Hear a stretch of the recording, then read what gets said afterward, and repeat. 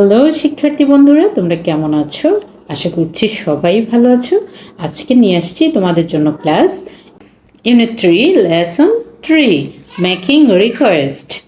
অর্থাৎ এখন 3 নম্বর অংশ আমরা আসছি, যেটা ছিল রিকোয়েস্ট। মেকিং রিকোয়েস্ট মানে কিভাবে আমি একজনকে অনুরোধ করব। নাম্বারে কি আছে? Listen and act out the dialogue. কি বলেছি? শোনো এবং অ্যাক্ট আউট দ্য ডায়লগ। ডায়লগটি করে দেখাও। ডায়লগ 1। ডায়লগ 1 কোথায়? In the library. In the library মানে কি? লাইব্রেরির ভিতরে। ইন বলতে যে কোনো কিছুর ভিতরে বোঝায়। তাহলে ডায়লগটা কীরকম? হেলোল, এক্সকিউজ মি রিতা। হেলোল কি বলছে? এক্সকিউজ মি রিতা, অর্থাৎ রিতাকে যখন ডাকছে সে কিভাবে স্টার্ট করলো? Excuse me. আমরা কারোর সঙ্গে দেখা হলে যদি কিছু বলতে চাই, কিংবা রাস্তায় কারোর সঙ্গে যদি আমরা একটু নতুন কারোর সঙ্গে যখন কথা বলতে যাই, তখন আমাদের কি বলতে হবে? Excuse me. হ্যাঁ, আবার যখন তুমি কারো কাছ থেকে কিছু নিতে চাইবে, তখনও পরিচিত জনের সঙ্গে বলতে হবে এক্সকিউজ মি। রিতা, তো ওকে বলছে, রিতা ক্যান আই বড়ো ইউর ইরেজার? ক্যান আই বড়ো ইউর ইরেজার প্লিজ। অর্থাৎ সে কি বলছে? আমি কি তোমার ইরেজার মানে কি রাবার, যেটাতে আমরা ইরেজ করি, ইরেজার, সেটা কি আমি নিতে পারি? প্লিজ, দয়া করে। তার কাছে রিকোয়েস্ট করছে রিতা। ও ইয়েস, হ্যাঁ অবশ্যই। হোয়াই নট, কেন নিতে পারবে না? হেয়ার ইট ইজ, সে আগে দিয়ে বলছে হেয়ার ইট ইজ, এই যে এটা নাও। Hello, thank you so much, তোমাকে অসংখ্য ধন্যবাদ। Rita, my pleasure.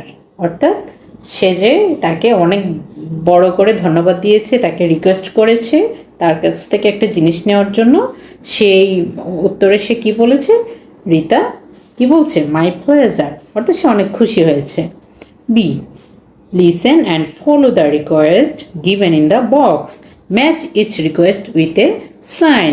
অর্থাৎ কি বলেছে? শোনো এবং ফলো দ্য রিকোয়েস্ট, অনুসরণ করো এই অনুরোধগুলো, গিভেন ইন দ্য বক্স, বক্সের ভিতরে কিছু রিকোয়েস্ট দেওয়া আছে, সেগুলো তোমরা ফলো করবে।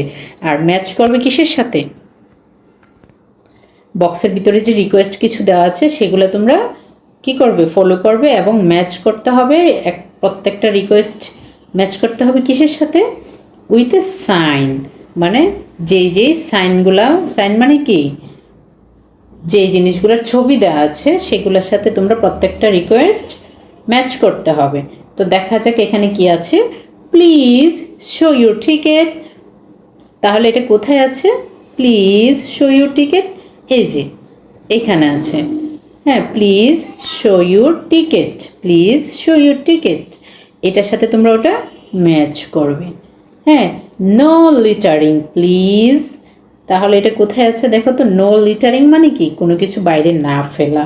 হ্যাঁ, এই যে এখানে দেখো, নো লিটারিং প্লিজ, অর্থাৎ কোনো ময়লা বাইরে ফেলবেন না।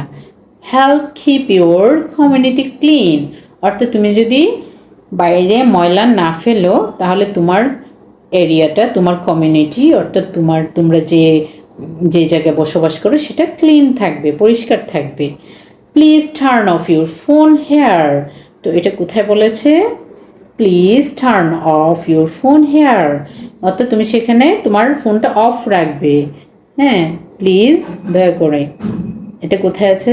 কোন ছবিতে আছে? Please turn off your phone here, এই যে রেড কালার, অর্থাৎ তুমি তোমার দয়া করে ফোনটা অফ করো, বন্ধ করে ফেলো। তারপরে আছে please wash your hands clean, দয়া করে তোমার হাতটা পরিষ্কার করে ধোও। এই যে এখানে আছে এটা, ওয়াশ ইউর হ্যান্ড ক্লিন, এটার সাথে এই সবগুলা সাইনের সঙ্গে, অর্থাৎ ছবির সঙ্গে এই যে কমান্ডগুলো আছে, সরি রিকোয়েস্টগুলো আছে, সেগুলো ম্যাচ করতে বলেছিল। হ্যাঁ, তাহলে আজকে আমরা ইউনিট 3 শেষ করে ফেললাম। হ্যাঁ, ইউনিট 3 আজকে শেষ হলো। আজকের ক্লাস এই পর্যন্তই।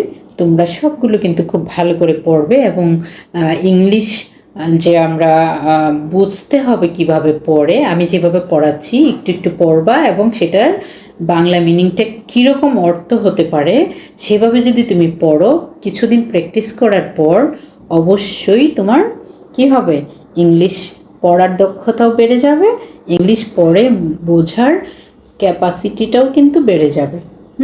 তখন আর তোমাকে ওইভাবে ইংলিশ ওয়ার্ড মিনিং মিলাতে হবে না যে আমার এটার অর্থ কী, এটা কি বোঝাচ্ছে। ইংলিশ হচ্ছে যে পড়ার জন্য একটা টেকনিক আছে, ইংলিশ পড়বে, পড়ার সাথে সাথে কিন্তু এটার মিনিংটা তোমার মাথায় সেট হয়ে যাবে।